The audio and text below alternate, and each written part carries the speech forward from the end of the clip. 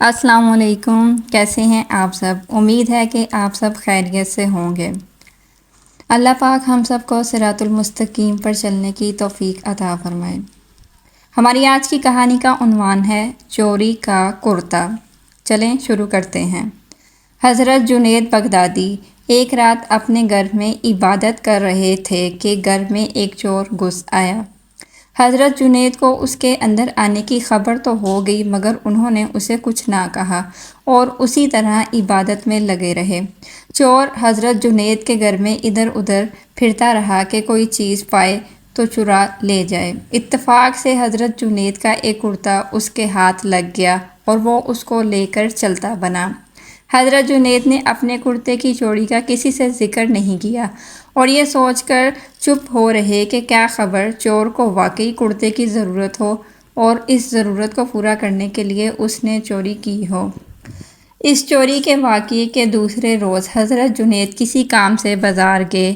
ایک جگہ دیکھا کہ ایک شخص ایک کرتا لیے کھڑا ہے۔ اس کے پاس ایک اور آدمی بھی کھڑا تھا اور دونوں میں کچھ تکرار ہو رہی تھی۔ حضرت جنید نے قریب جا کر ان سے پوچھا، کیوں بھائی، کیا معاملہ ہے؟ کرتے والے شخص کے پاس جو آدمی کھڑا تھا اس نے کہا، یہ شخص یہ کرتا بیچتا ہے اور میں یہ کرتا خریدنا چاہتا ہوں، مگر پہلے مجھے اس بات کی تسلی ہونی چاہیے کہ یہ کرتا سچ مچ اسی کا ہے یا اس نے کہیں سے چرایا تو نہیں ہے۔ جب تک کوئی شخص اس بات کی گواہی نہ دے کہ یہ کرتا واقعی اس کا اپنا ہے، تب تک میں اسے خرید نہیں سکتا ہوں۔ حضرت جنید نے کرتا دیکھا تو وہ حیران رہ گئے۔ یہ ان کا اپنا کرتا تھا جو چوری ہو گیا تھا۔ چوری کا مال بھی ان کے سامنے تھا اور چور بھی موجود تھا۔ وہ چاہتے تو اس شخص کو کوتوال کے حوالے کر سکتے تھے جہاں چوری کے جرم میں اسے سزا ملتی، مگر آپ نے ایسا نہیں کیا۔ وہ سوچنے لگے کہ یہ چور کوئی ضرورت مند آدمی معلوم ہوتا ہے، اسی لیے یہ کرتا فروخت کر رہا ہے۔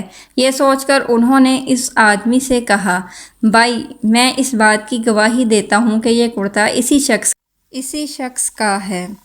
تم شوق سے اسے خریدو، تم خریدنا نہ چاہو تو میں خریدنے کو تیار ہوں۔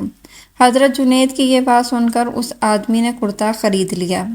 بعد میں اس چور کو جب یہ معلوم ہوا کہ یہ جنید بغدادی ہی تھے اور یہ کرتا ان کا اپنا ہی تھا تو وہ اپنے کیے پر بہت شرمندہ ہوا۔